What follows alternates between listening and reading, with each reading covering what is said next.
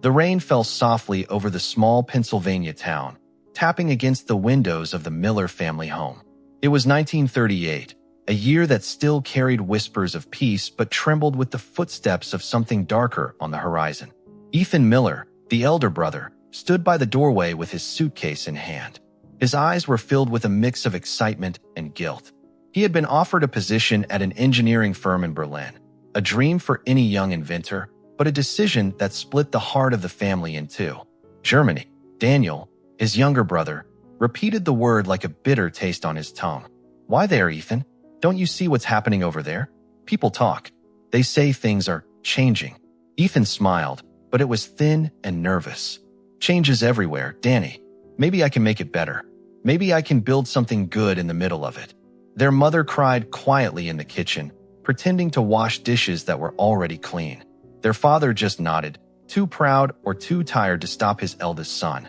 When Ethan left, Daniel ran beside the train until his legs burned. Through the window, Ethan waved, his hand pressed to the glass, a promise shining in his eyes. "I'll write every week," he shouted. But the whistle drowned his words, and the train carried him away into the storm of history. That night, Daniel sat by the window, staring into the darkness where the train had vanished. He didn't know it then, but that was the last peaceful night either brother would ever know. Years later, the world would burn, and across oceans, across banners and borders, two brothers would find themselves facing each other through the crosshairs of war. At first, the letters came often, envelopes with German stamps, written in Ethan's neat, confident hand. They smelled faintly of ink and tobacco, and Daniel would open them slowly, like unwrapping a gift. "Berlin is strange, Danny," one letter read. "So alive, so proud. Everyone believes they're building something magnificent here, a future of strength and order. The city shines at night, brighter than New York, but I don't know. Sometimes I catch the silence underneath all that marching, like the city itself is holding its breath." Daniel read those words over and over, his heart heavy with something he couldn't name. America was still far from the war, but newspapers whispered about Hitler, annexations, and broken promises. Months passed. The tone of Ethan's letters began to change. "They've started watching everyone," he wrote. "Even at work, I feel eyes on me. You don't just build machines here, you build obedience. Still, I believe I can stay out of politics. I build engines, not weapons." But deep down, Daniel knew that was a lie. One evening, after a long silence, a new letter arrived. The handwriting was shakier. "Danny, I've joined the army. Not by choice. They called it service to the fatherland. I tried to refuse, but you can't refuse them. They know everything. I tell myself it's only temporary, until this madness ends." Daniel read that line again and again. His chest tightened with anger and fear. He looked out the window, across the quiet fields of Pennsylvania, and whispered, "Come home, Ethan. Please come home." But Ethan's letters stopped coming after that. The world grew darker, and soon, Daniel too would be wearing a uniform, with a different flag on his sleeve. The storm had finally reached both brothers. The world no longer whispered of war. It screamed. Smoke rose over continents, and the sound of marching boots echoed from shore to shore. Daniel Miller stood in line at a U.S. Army recruitment center, the smell of coffee and wet uniforms mixing with nervous anticipation.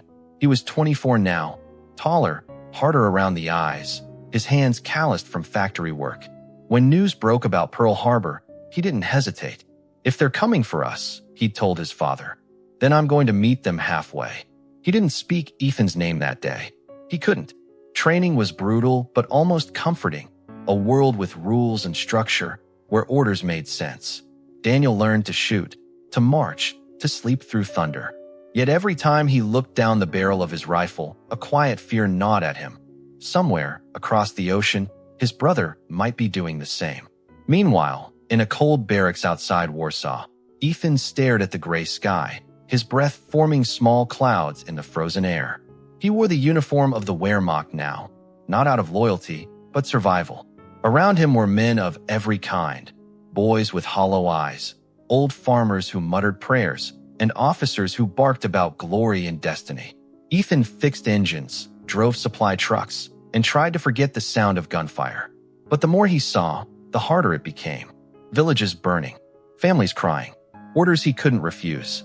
One night, under a flickering lantern, he pulled from his jacket a small photograph, the one of him and Daniel fishing by the creek. He stared at it until his eyes stung. "I'll find a way back," he whispered. But the wind carried his words into the dark, lost among the ashes of Europe. And across the ocean, Daniel dreamed of the same creek, unaware that fate had already begun drawing the battle lines between them. By 1943, the world had stopped sending good news. The postman no longer lingered at the Miller doorstep. His bag was lighter now, filled with notices and condolences instead of letters. Daniel's mother kept asking, "Maybe there's one from Ethan today?" But each day ended the same. Silence, heavy and familiar. The photograph of both sons still hung above the mantel, though the faces seemed to fade a little more with every passing month. Daniel, now a sergeant with the U.S. 3rd Infantry Division, carried a notebook in his breast pocket. Inside it were pieces of home, a pressed flower, a church program, and one of Ethan's earliest letters from Berlin. The paper had turned soft from sweat and time. When the nights were long and the guns quiet, Daniel would read those words again, his lips barely moving. "Remember who you are," the letter said, "no matter what happens." But remembering was getting harder. War has a way of blurring the edges, of turning good men into ghosts before they die. In Europe, Ethan's world had become a snow-covered nightmare. The Eastern Front was a graveyard without end. He had seen friends buried in the frost, heard officers bark orders that made no sense, and watched the light fade from the eyes of boys younger than his brother. He stopped writing letters, not because he didn't want to, but because he no longer knew what to say. What could he tell his mother? That he fixed trucks for murderers? That he kept his head down and prayed the next bullet wouldn't know his name? So he stayed silent. But across the ocean, silence began to sound like death. And for the first time, Daniel let himself believe that maybe his brother was gone, lost to the war, buried somewhere in that endless, burning continent. Yet fate, patient and cruel, had other plans. Their paths were already bending toward each other, toward a battlefield neither could escape. The ship groaned as it cut through the black waves of the Atlantic, its deck slick with salt and fear. Daniel leaned against the railing, staring into the endless dark water. The ocean looked calm, but everyone on board knew that beneath the surface, death lurked. German U-boats hunted there, silent and patient. He had left New York 2 weeks ago, the skyline fading like a ghost behind him. Now, only the hiss of the sea and the hum of engines filled his world. Soldiers crowded the deck, laughing too loudly, smoking too much. Anything to drown the thought that they were sailing straight into the heart of war. Daniel held his notebook again. He read Ethan's letter until the ink looked like waves, until the words blurred into memory. "Berlin," he whispered, almost like a prayer. "Where are you, brother?" Half a world away, Ethan was in France now, part of a retreating convoy moving west after months of chaos on the Eastern Front. His once proud uniform was frayed, the iron insignia dulled by mud. The men around him spoke little. They knew what was coming. The Allies were pushing closer every day. That night, as his truck rattled through a ruined village, Ethan saw something that stopped him cold. An American plane, burning in the distance, its wings like torn angels in the night sky. He stood there for a long moment, watching, wondering if his brother might be up there, among the faceless enemy. He didn't know that Daniel's division would soon land in Europe, that they were already training for the invasion of Normandy, the operation that would change everything. Daniel slept with his rifle at his side and his heart beating to the rhythm of the waves. He didn't believe in fate anymore, only in orders. But somewhere deep inside, a whisper still lingered. Maybe he's alive. Maybe I'll find him. Neither of them could imagine how true and how terrible that would soon become. June 6, 1944. The sea roared like a living beast, swallowing voices, men, and prayers all at once. Daniel crouched inside a landing craft, the metal floor vibrating beneath his boots.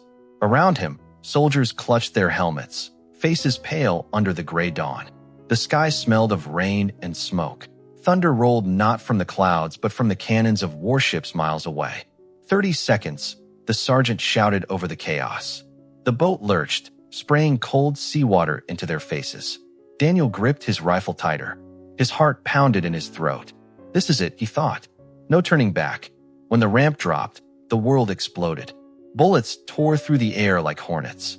Men screamed, stumbled, fell. The sand of Normandy turned red in seconds. Daniel dove into the surf, the icy water biting into his skin. He crawled forward, dragging himself past bodies, past fire, past the fear that wanted to swallow him whole.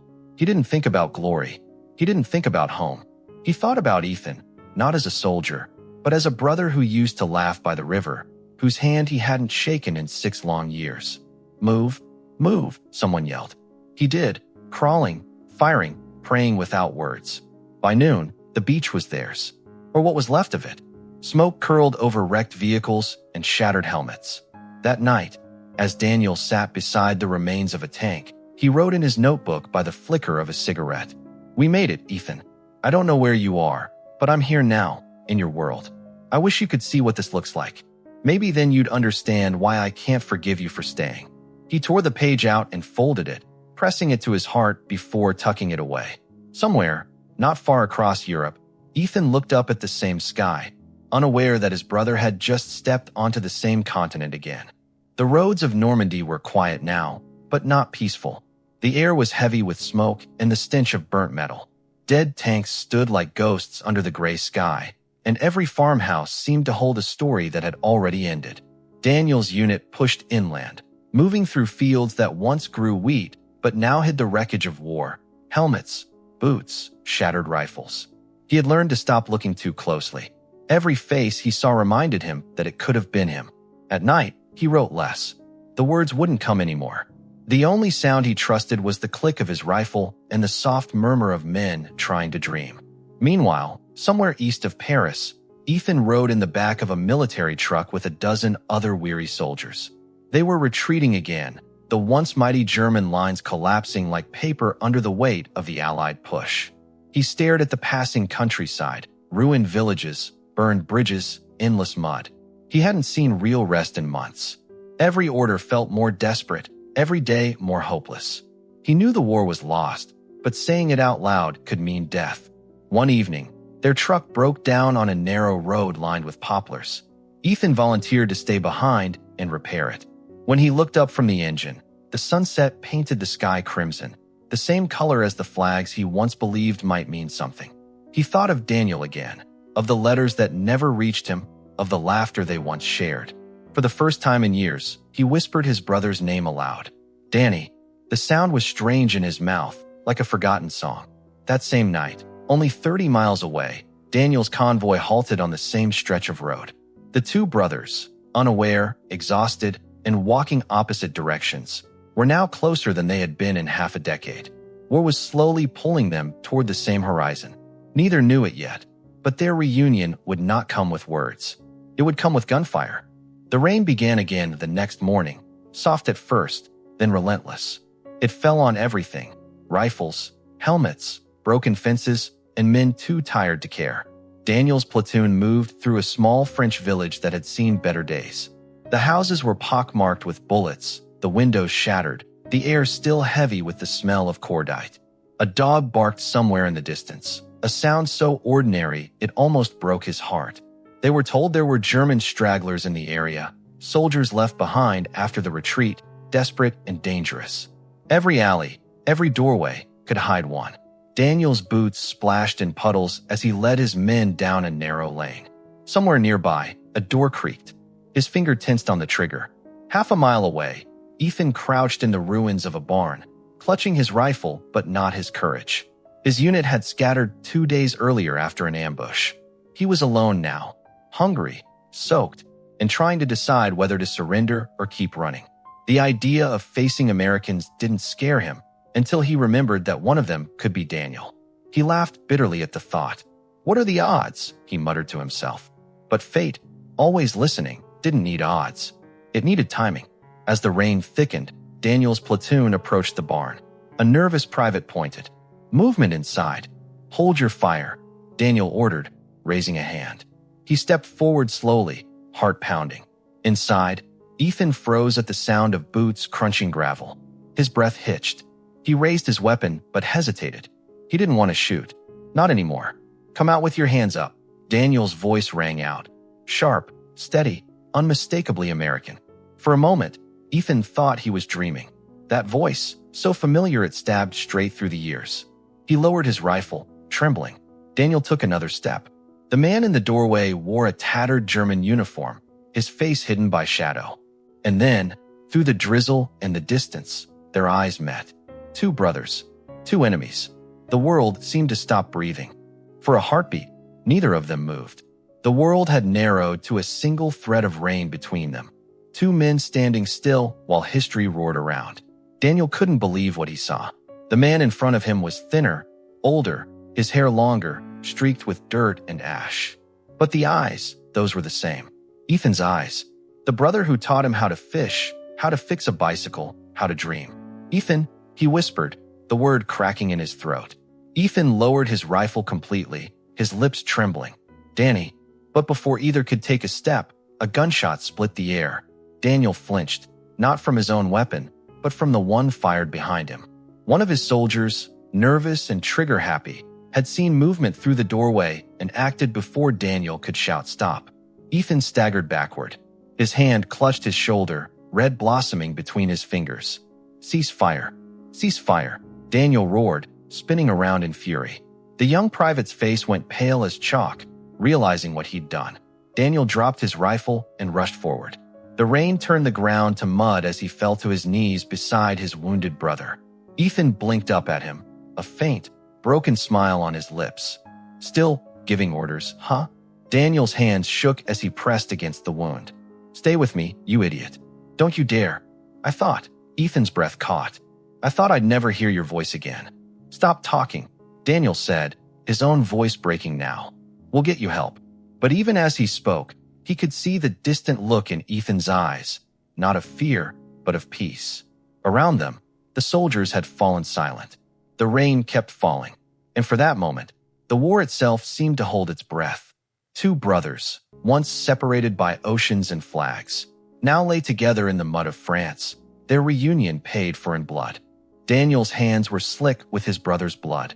The rain couldn't wash it away fast enough. It pooled between his fingers, dark and real, the kind of red that never fades. Medic, he shouted, his voice breaking through the quiet. I need a medic now. A corpseman rushed over, sliding to his knees beside them.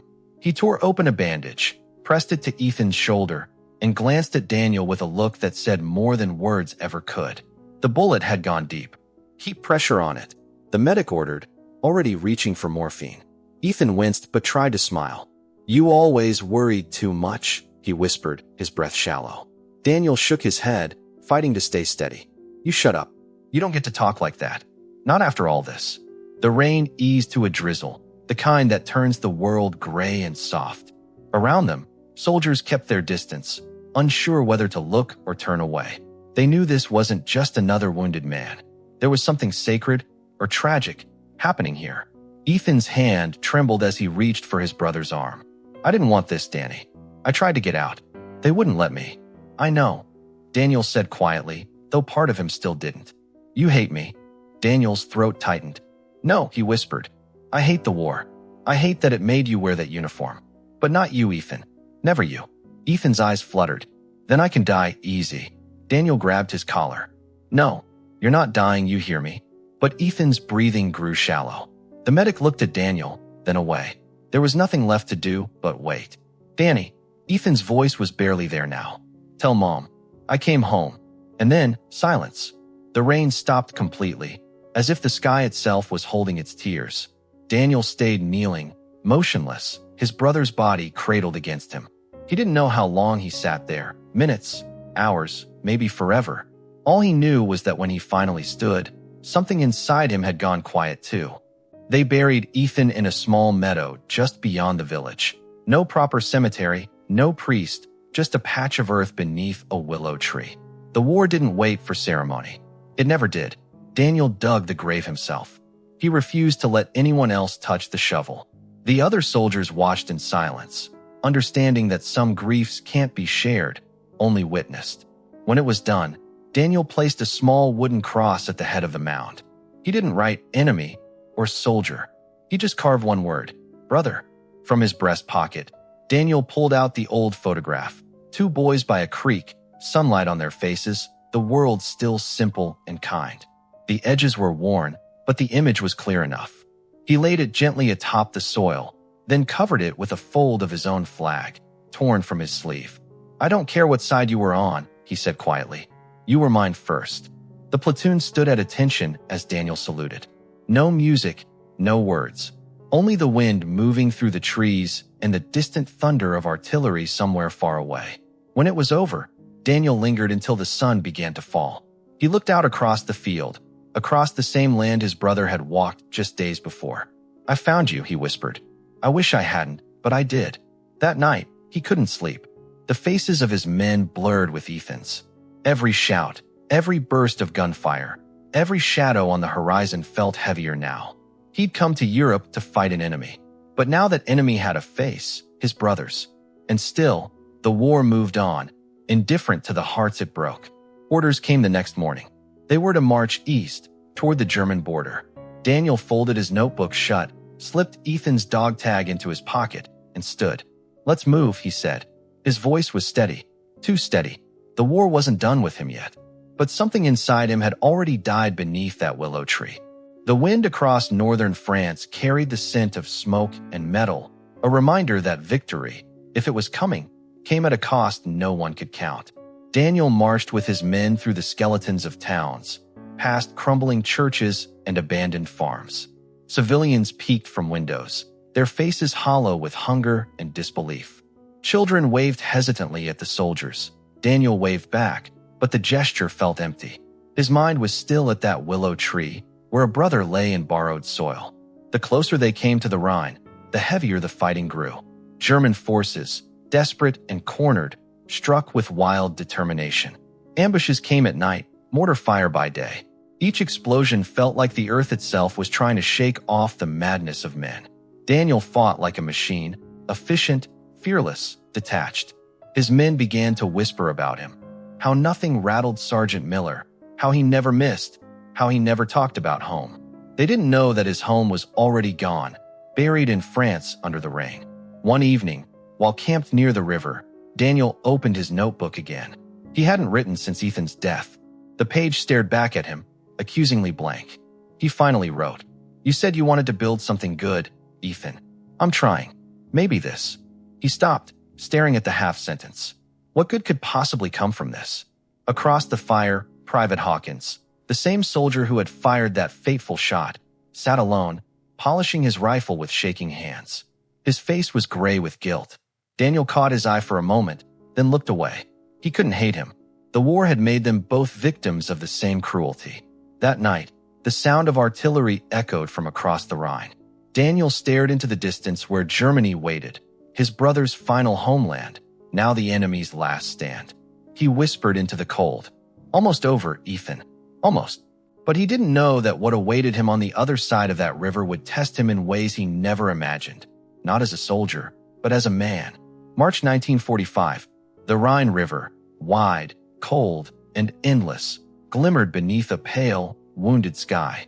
The Allied forces had reached its banks, the final barrier before Germany's heart. Daniel stood on a ridge, binoculars pressed to his face. Below, the Ludendorff Bridge at Remagen stretched across the river like a scar. Smoke rose from its iron frame, the Germans shelling their own escape route in desperation. "Orders are in," his commander said. "We take that bridge before they blow it." Daniel nodded, but his stomach twisted. He'd heard rumors that remnants of German units were trapped on the far side, men refusing to surrender, fanatics defending what was left of their country. He wondered if any of them had known Ethan, if any had heard his name, once whispered in barracks or over dying fires. At dawn, they moved. The assault came with thunder and chaos, artillery pounding the riverbanks, machine guns rattling from both sides. Daniel's boots slipped on whetstones as he and his men dashed toward the bridge under a rain of bullets. Explosions lit the sky. The bridge shuddered but held. He shouted commands, dragging a wounded corporal to cover. Around him, the air buzzed with steel and screams. Halfway across, Daniel froze. From the opposite bank, through the haze of smoke, he saw a small squad of German defenders, ragged, exhausted, terrified. One of them, no older than 17, had dropped his rifle and was waving a white scrap of cloth. The boy's face reminded him of Ethan. "Hold fire," Daniel shouted. But others didn't hear or didn't care. Gunfire erupted again, and the boy fell. Daniel charged forward, rage and grief tangled inside him like barbed wire. He reached the far bank, his breath burning in his chest, and raised the flag, not for victory, but for an ending. By dusk, the bridge was theirs. The Rhine, once untouchable, had been crossed. Yet as Daniel stood among the wreckage, he felt no triumph. Only a strange, hollow silence. The river whispered beneath him, carrying away the ashes of two nations and the ghosts of two brothers. The city of Cologne was a skeleton of its former self. Once proud towers now stood half-shattered, pointing toward a sky gray with ash and smoke. Every street was a graveyard. Burned-out cars, collapsed bridges, windows gaping like wounds. Daniel's unit entered at dawn, their boots echoing through what was left of civilization. The air stank of dust and sorrow. Somewhere, a church bell rang weakly, still clinging to routine in a world that had forgotten it. Civilians emerged slowly from cellars and tunnels, pale, gaunt, eyes hollow. Mothers with children, old men who looked at the soldiers with a mixture of fear and relief. Daniel had seen refugees before, but these people didn't even flinch. They had seen too much already. As they moved through the streets, he found himself scanning every face, every crowd, every shadow. Ethan would have walked here, he thought. Maybe through this very street. Maybe past that cathedral. The towering spires of the Cologne Cathedral still stood, somehow untouched amidst the ruins, blackened but unbroken. Daniel stopped before it, removing his helmet. For a moment, he let himself feel something close to awe. He stepped inside. The air was cold, filled with the faint smell of candle wax and smoke. A few survivors knelt at the altar, praying in silence. Daniel's gaze fell to a small table near the entrance, covered in photographs. Faded faces of sons, fathers, brothers. Missing, someone had written in German under each one. He moved closer and froze. One of the photos showed a group of Wehrmacht soldiers, smiling stiffly for the camera. Ethan was among them. Daniel's heart stopped. The picture looked old, maybe from 1942 or 1943, but seeing his brother's face again, alive and whole, hit him like a bullet. He traced the edge of the photograph with trembling fingers. A young German woman nearby noticed his expression. "Er war gut," she said softly. He was good. Daniel couldn't speak. He just nodded, slipped the photograph into his coat, and left the cathedral. Outside, the wind blew through the ruins, scattering ash like snow. And Daniel realized that even if the war ended tomorrow, peace might never come. April 1945. The war was gasping its last breaths, but it refused to die quietly. Daniel's division moved deeper into Western Germany, through towns that barely existed anymore, places marked on maps but erased in reality. The countryside was quiet, eerily so. The air no longer crackled with constant gunfire. It was the silence of exhaustion, of a nation on its knees. German soldiers were surrendering in droves. Whole units walked toward Allied lines with hands raised, too hungry and broken to resist. Daniel saw them, boys and old men, some missing boots, some limping, all with that same hollow look. He no longer saw enemies, only survivors. Still, orders were orders. Secure the roads, clear the villages, push east. One morning, Daniel's squad stopped near a burned farmhouse outside Bonn. A few captured German soldiers sat in the mud under guard. Daniel walked among them, scanning their faces, an old habit he couldn't break. He didn't expect to find Ethan. His mind still refused to believe the truth, but something kept him searching, as if part of him still needed to. A young prisoner looked up at him suddenly. "You are the one," he said in broken English. "You buried him. The one at St. Laurent." Daniel froze. "What did you say?" The man's eyes darted to the ground. "Your brother, Miller. I was there. He helped us, the wounded. Said he had a brother in America." He hesitated. "He said he would find you after the war." Daniel felt the words like a knife twisting inside him. He turned away quickly, his throat tight, eyes burning.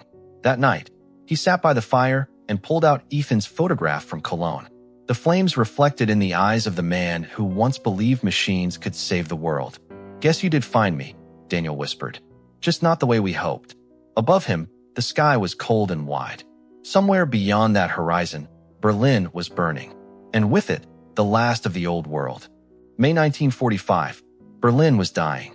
Even from miles away, Daniel could see the smoke, thick, black, endless. The city that once pulsed with parades and banners was now a graveyard of stone and fire.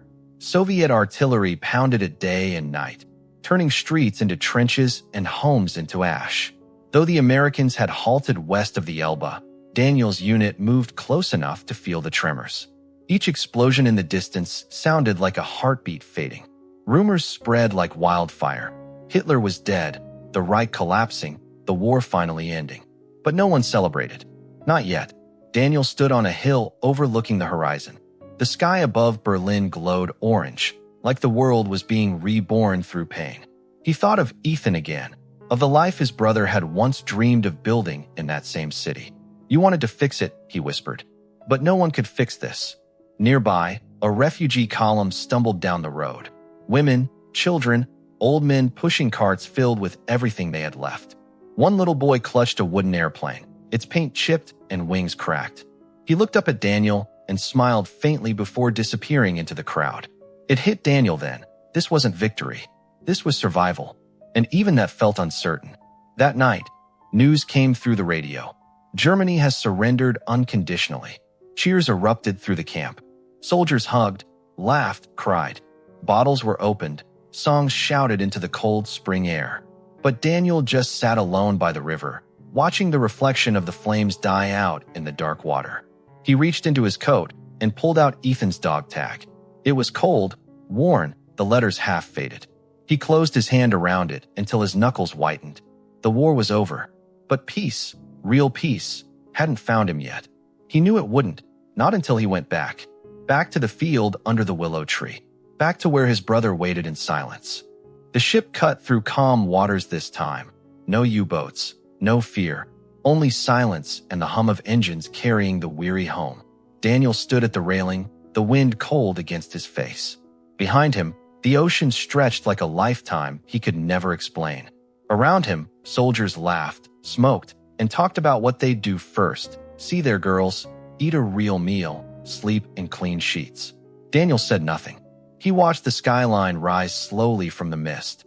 New York, gray and majestic beneath the morning sun. The Statue of Liberty stood tall, arm raised like a promise. For a moment, he felt something stir inside him. Pride, maybe, or relief. But it passed quickly, replaced by a weight he couldn't shake. The harbor was crowded with families waving flags and flowers. Mothers sobbed, wives screamed with joy. Children climbed fences to catch a glimpse of their heroes. Daniel searched the crowd, though he didn't expect anyone to be there. And then he saw her, his mother, smaller than he remembered, standing at the edge of the pier with trembling hands pressed to her mouth. When he stepped off the gangway, she ran to him. For a long moment, they said nothing. She just held him, her tears soaking into his uniform. "Where's Ethan?" she whispered at last, her voice breaking. Daniel froze. The world seemed to stop moving. He took a deep breath and handed her the small metal tag he'd carried across continents. She clutched it to her chest, her face collapsing in grief. "He was brave," Daniel said softly. "He didn't die alone." They stood together as the city roared around them. Car horns, bands, cheering crowds, all celebrating an end that didn't feel like one. That night, in his childhood room, Daniel unpacked his duffel bag. Between medals and folded letters, he placed Ethan's photograph on the nightstand. The two brothers smiled from a world untouched by war. The creek behind them, the sun high, the water calm. Daniel turned off the light and sat in the dark. Home, but not whole. And though the war was done, the silence it left behind was only beginning to speak. Weeks passed, but Daniel couldn't find rest. The world around him was celebrating. Parades, fireworks, newspapers filled with heroes and headlines. But his own house stayed quiet. His mother kept Ethan's dog tag in a small wooden box by her bed, wrapped in a piece of blue ribbon. Every night, she touched it before blowing out the lamp.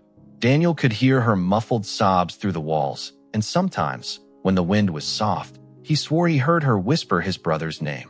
Daniel spent his days working odd jobs, fixing fences, hauling lumber, anything that kept his hands busy and his mind quiet. But the nights, The nights were long. He'd sit at the kitchen table, staring at a blank sheet of paper, pen in hand. He began to write letters. Not to anyone, really. Just to Ethan. You wouldn't believe it, Ethan. They talk about peace like it's something they can print in the paper. But the noise in my head never stops. The silence at home is louder than the guns. He wrote dozens like that, filling pages with stories he couldn't tell anyone else. About the bridge at Remagen. About the boy with the white flag. About the rain that fell the day Ethan died. But he never mailed them. He folded each one, tied them together with a thin string, and hid them in the bottom drawer of his desk. One evening, his mother found him there, staring at the pile. "You can send them," she said softly, "if it helps." Daniel shook his head. "They're not for sending." "Then what are they for?" He looked at her, eyes tired but steady. "For remembering." Outside, summer had returned. Fireflies glowed in the fields. The air smelled of rain and grass, just like the days before the war. But Daniel knew there was no going back. The world had moved on. He had not. And somewhere in his heart, the letters he never sent kept whispering Ethan's name. A voice carried on the wind, gentle and endless. Late that summer, Daniel finally returned to France. It wasn't duty this time.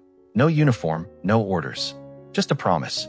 A quiet one he'd made to a brother beneath the rain. The journey back was slower now. The trains ran on patched rails, the fields still scarred from battle.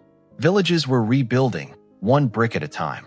But ghosts lingered everywhere, in the empty windows, in the hollow sound of church bells, in the eyes of the living who had seen too much.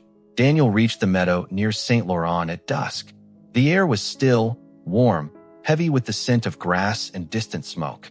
He found the willow tree easily, its long green arms swaying gently, guarding the little mound beneath.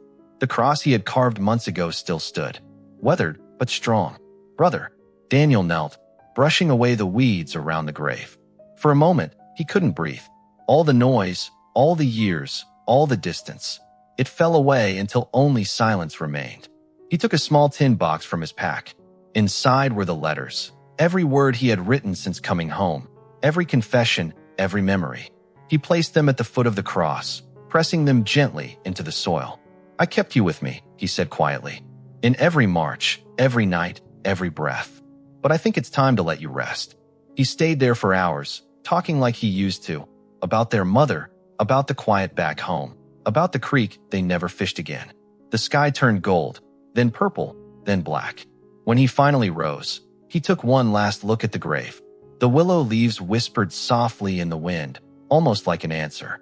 As he walked away, he didn't feel lighter, but he felt clearer. The war wasn't gone. It never would be.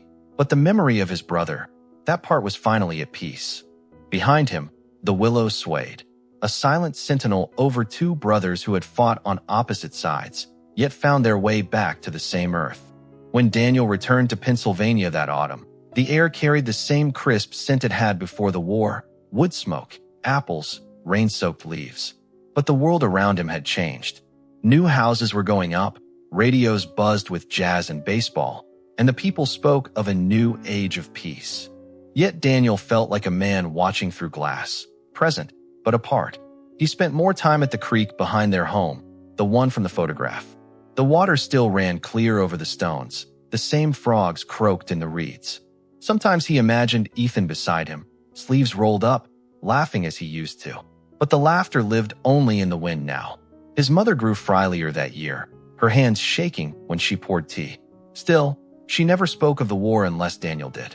Sometimes they'd sit on the porch at dusk, the sun painting the fields gold, and she'd ask softly, "Do you think he's proud of you?" Daniel would smile, the small, tired kind. "I think he'd just be glad I made it back." He started fixing things for people in town: radios, tractors, clocks. It came naturally, the work steady, the sound of gears soothing. One day, a boy came by holding a broken toy airplane. "Can you fix it, mister?" he asked. Daniel took it gently. "Sure, kid. Just needs a new wing." When the boy ran off, he sat for a while, staring at the tiny plane in his hand. Chipped, faded, fragile. The memory of the child in Cologne flashed before him, the one who'd smiled with the wooden toy. For the first time in years, Daniel felt something bloom in his chest, small, quiet hope. He repaired the plane carefully, sanding and painting until it looked new again. That night, he placed it on the windowsill beside Ethan's photo. The moonlight touched them both, a symbol of what had been lost and what could still be mended. And as the crickets sang outside, Daniel whispered, "I'll keep building, Ethan, like you wanted. Maybe not machines this time. Maybe something better." Winter came early that year. Snow blanketed the fields outside Daniel's farmhouse, muting every sound except the crackle of the fireplace. The world felt still again, as if holding its breath. One morning, while shoveling the porch, Daniel noticed a small envelope wedged in the mailbox. Yellowed, foreign, the handwriting looping and unfamiliar. The postmark read, Heidelberg, Germany. For a long moment, he simply stared at it, afraid to open it, afraid of the ghosts it might wake. Finally, with shaking fingers, he tore it open. The letter was written in careful English. "Dear Mr. Miller, my name is Anna Weber. I knew your brother, Ethan, during the war. He worked near our village before he was taken into service. He was kind to us. He repaired our generator when no one else would. He used to talk about you, about Pennsylvania and the creek where you fished together. When the war ended, my father found some of his things, a small notebook and a letter he had written but never sent. It was addressed to you. I am sending it now, hoping it will find its way home. Please know, he was a good man, even here, even then. With respect, Anna Weber." Daniel's breath caught. Inside the envelope was another, smaller one, brittle, edges frayed. On the front, in Ethan's unmistakable handwriting, were 2 words. "For Danny." He hesitated, then opened it. "Danny, if you ever get this, I hope it means I made it back. If not, maybe someone else carried it for me. Either way, I need you to know I never stopped being your brother. Not for 1 second. Whatever I wore, whatever I did to survive, not to forget who I was. If you're reading this, promise me one thing. Don't let the war be the last thing we shared. Build something, live something. For both of us. Ethan." Daniel sat for a long time, staring at the letter as snow drifted outside the window. His heart ached, but it was a softer pain now, like an old scar that still remembered why it hurt. He folded the letter carefully and placed it beside the photograph. Ethan had come home after all, not in body, but in words. And that was enough. Years passed, and the war slowly faded into photographs and folded flags. Daniel built a small workshop behind the farmhouse, a place filled with ticking clocks, scattered tools, and the faint scent of oil and pine. It became known around town as the House of Quiet Things. People came from miles away, farmers, widows, children, each bringing something broken, something they couldn't bear to throw away. Daniel never turned anyone away. He fixed what he could, and when he couldn't, he listened. It was the listening, people said, that healed more than the repairs. One evening, an old veteran came by, a man with one arm and a nervous tremor in his voice. "I heard you fix more than clocks," he said, half smiling. Daniel poured him tea. They sat together in silence until the man finally spoke of things he hadn't told anyone, of fire, of fear, of faces he couldn't forget. Daniel didn't interrupt, didn't try to ease the pain. He just nodded, quietly turning a gear between his fingers. When the man left, Daniel went back to his bench. He stared at the half-repaired radio before him and whispered, "Guess you were right, Ethan. Building doesn't always need blueprints." Outside, the snow had begun to fall again, soft and steady, like time moving without hurry. He thought of the letter, still resting beside Ethan's photograph. The words had become his anchor, guiding him through the silence. He'd read them often, not for comfort, but as a reminder that even broken lives could hum with purpose again. That night, as he wound the last clock on the shelf, he noticed something. All of them ticked together, perfectly in sync. For a man who had lived through chaos, that simple harmony felt like grace. Daniel smiled faintly, turned off the light, and listened. Tick, tick, tick. Each sound was a heartbeat. Each beat, a promise kept. It was a clear spring morning when Daniel met the boy again. The same one who had brought him the broken toy airplane years ago. Only now, the boy was taller, his voice deeper, but his eyes still carried that same spark of wonder. "Mr. Miller," he called from the gate, holding something wrapped in cloth. "I made this. Thought you might want to see." Daniel smiled and wiped his hands on his apron. "Let's have a look."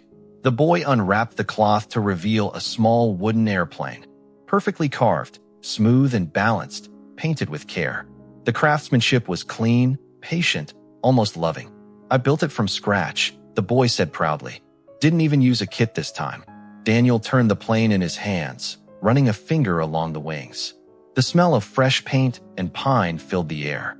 You did good, he said softly. Better than good. The boy grinned. You think I could be an engineer one day? Like your brother? Daniel paused. For a heartbeat, he saw Ethan again. Young, determined, eyes bright with impossible dreams. Yes, he said finally. Yes, I think he'd be proud to see that. They stood together in the sunlight, the world quiet except for the hum of bees and the rustle of leaves. The boy glanced at the sky.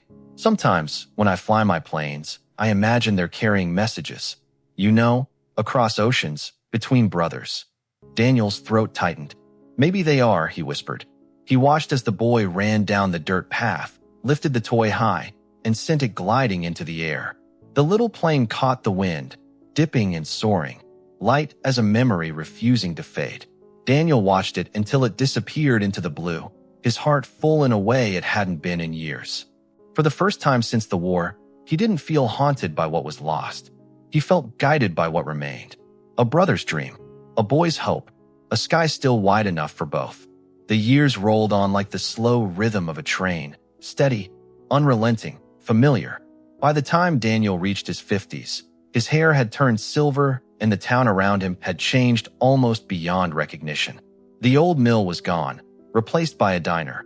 New cars lined the streets, and people spoke of television and rockets instead of ration cards and victory gardens. But the train station, that hadn't changed much. He stood there one evening, waiting for a delivery of tools for his shop. The platform smelled of coal and rain, just like it had the day he left for war so many years ago. The sound of the whistle echoed across the hills, and something deep inside him stirred. When the train pulled in, passengers spilled out, soldiers in peacetime uniforms, families, businessmen with briefcases. Daniel watched absently, lost in the rhythm of footsteps and announcements, until his gaze caught a familiar face in the crowd. An elderly woman stood a few yards away, holding a worn satchel, her gray hair tied back neatly. Her eyes, sharp, kind, impossibly familiar. Mr. Miller, she called, her voice tinged with a soft German accent. He blinked. Yes. She smiled. I am Anna Weber. For a moment, Daniel couldn't speak. The name took him back, to that letter, to Ethan's handwriting, to the snow and the ache and the words he was a good man. They found a bench and sat beneath the station's creaking roof. Time seemed to fold in on itself.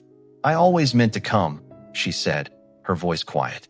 To see the country your brother spoke of? He talked about the sky here, how wide it was. I had to see it myself. Daniel smiled faintly. It's just sky, but I guess it means more when you've missed it.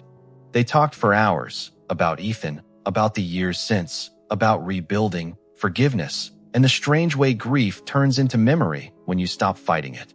Before she left, Anna handed him a small photograph, a picture of Ethan, smiling beside a German family, a little girl perched on his shoulders. He gave us hope, she said, even when hope was dangerous. When the train pulled away, Daniel stood alone again on the platform, the picture trembling in his hands. For the first time, he could see Ethan not just as a soldier, but as a man who had lived, loved, and mattered, even on the other side. The sky above was pink with dusk. The air smelled of rain, and Daniel whispered, You finally made it home, brother. The years slipped quietly into one another. Like the steady ticking of a clock, Daniel no longer needed to wind. His workshop had become a sanctuary of calm, shelves lined with radios, pocket watches, and the occasional toy airplane. People still came by, not so much for repairs anymore, but to talk, to remember, to be still for a while. One cold November morning, a young woman entered, carrying an old clock wrapped carefully in a scarf. Its brass face was tarnished, its hands frozen at 11:02. It belonged to my grandfather, she said. He brought it back from France, right after the war. Daniel examined it, tracing the engraved initials on the back. He froze. Yem, where did your grandfather serve? He asked quietly. Europe, she replied. Said he traded this clock with a German soldier for a loaf of bread. Funny thing, he always said it reminded him that even in war, people still found ways to be kind. Daniel felt something stir deep inside him, a strange, fragile warmth. He was right, he murmured. Sometimes kindness was the only thing that survived. He promised to fix the clock and spent the next 2 nights working by lamplight. As he cleaned the gears and replaced the mainspring, he found a small folded slip of paper hidden inside the casing. It was written in faint pencil, the handwriting unmistakable. For whoever finds this, if you can still hear the ticking, then the world kept going. Take care of it. Keep time kind. Yem. Ethan. Daniel sat back, heart pounding. After all these years, his brother had spoken to him one last time. Through gears and brass, through time itself. When the clock finally began to tick again, the sound was slow and steady, like a heartbeat returning after a long sleep. He placed it on the workbench, closed his eyes, and listened. Tick, tick, tick. Not the sound of war, not the echo of loss. Just time, alive, forgiving, eternal. That night, Daniel left the workshop door open, letting the cool autumn air drift in. And as the wind brushed past the ticking clock, it carried with it a whisper, faint but certain. You did it, Danny. It began as a small idea, one Daniel never intended to grow. After his mother passed, and the farmhouse became too quiet, he started placing the things he'd fixed but couldn't return to their owners on a long oak shelf in the workshop. A broken compass, a dented canteen, a child's wooden toy, missing one wheel. Each piece held a story, though most of those stories had faded with time. Neighbors started calling it the Museum of Forgotten Things. Soon, schoolchildren would stop by after classes. Veterans too, old and bent, their metals dull with dust. They'd run their fingers along the artifacts, whispering memories into the air, pieces of lives stitched back together by the weight of remembrance. One day, a teacher asked Daniel to speak to her class.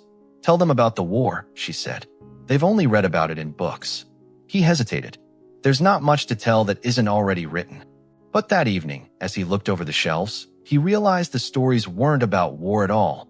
They were about what came after, about people who kept living when they had every reason not to. So, the next morning, he stood before a dozen children in his workshop, their eyes wide, notebooks ready. He didn't talk about battles or victories.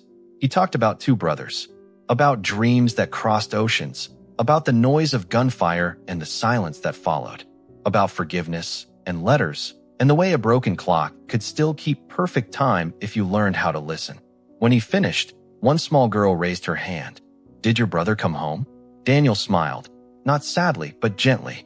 He did, he said, just not the way we expected. After they left, the sunlight fell across the shelf of relics, making them glow like small constellations of memory. He realized then that the museum wasn't for the forgotten at all. It was for the remembered, for all the things and people who had once mattered, still matter, and always would. The years had thinned Daniel's hair and slowed his steps, but his hands remained steady. He still spent his mornings in the workshop, polishing brass, turning screws, keeping time alive. One afternoon, as the golden light of late summer poured through the windows, he found himself drawn outside.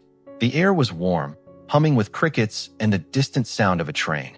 Above, the sky stretched wide and blue, that endless, forgiving sky Ethan had always dreamed beneath.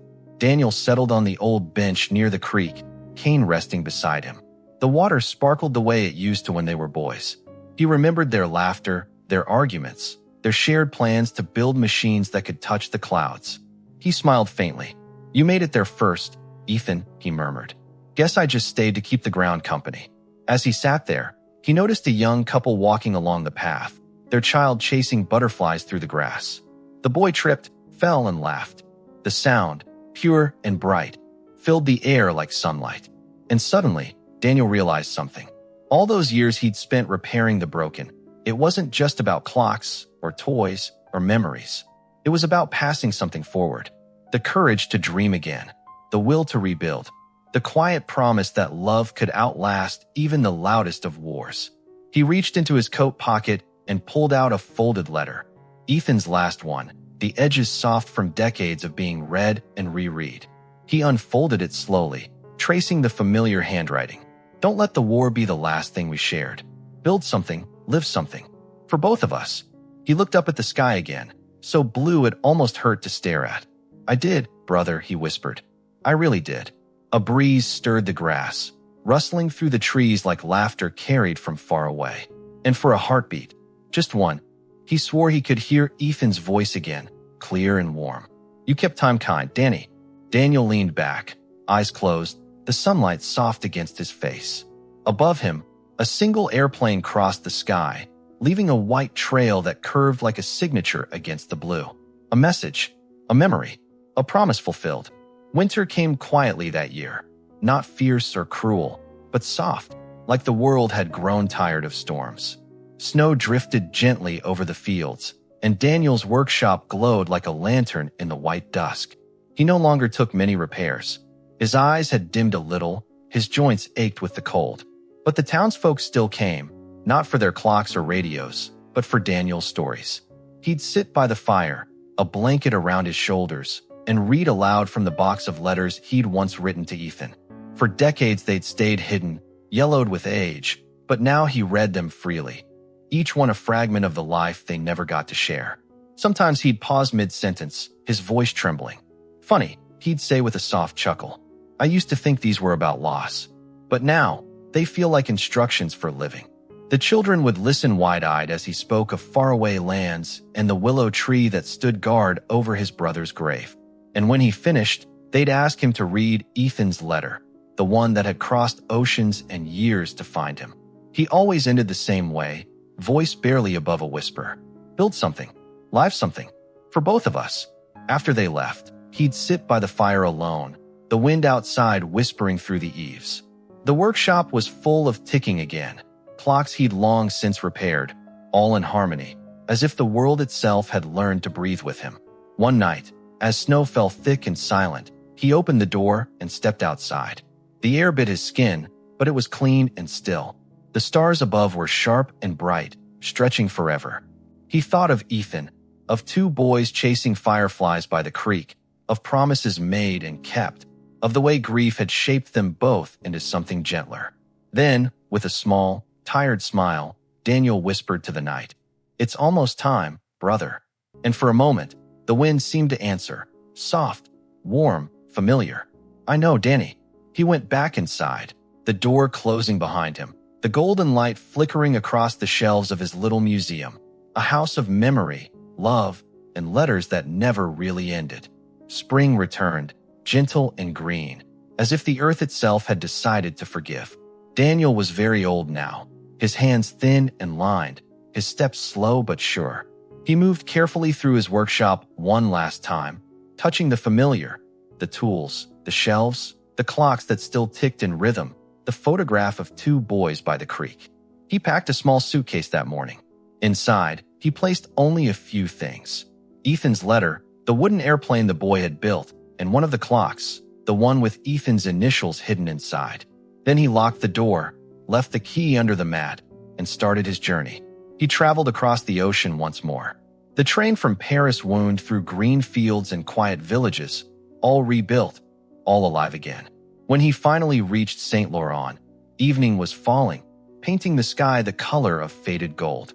The willow still stood by the river, taller now, its branches heavy with new leaves. Time had shaped it, but it was still the same, steadfast, patient, eternal. Daniel knelt at the base of the tree, the suitcase beside him. The air was cool and smelled faintly of rain and grass, just as it had that day decades ago. He opened the case and placed the clock and the airplane on the soil. Then, slowly, he unfolded Ethan's letter and laid it between them. "I brought you home," he whispered. "All the pieces that mattered." The wind stirred, brushing the willow's branches against his shoulder, soft, almost like a hand. He closed his eyes, listening. The sound of the leaves rustling above him became a song, quiet, steady, endless. It wasn't sorrow. It wasn't farewell. It was peace. The river murmured softly, the clock ticked one last time, and the willow swayed as though breathing for them both.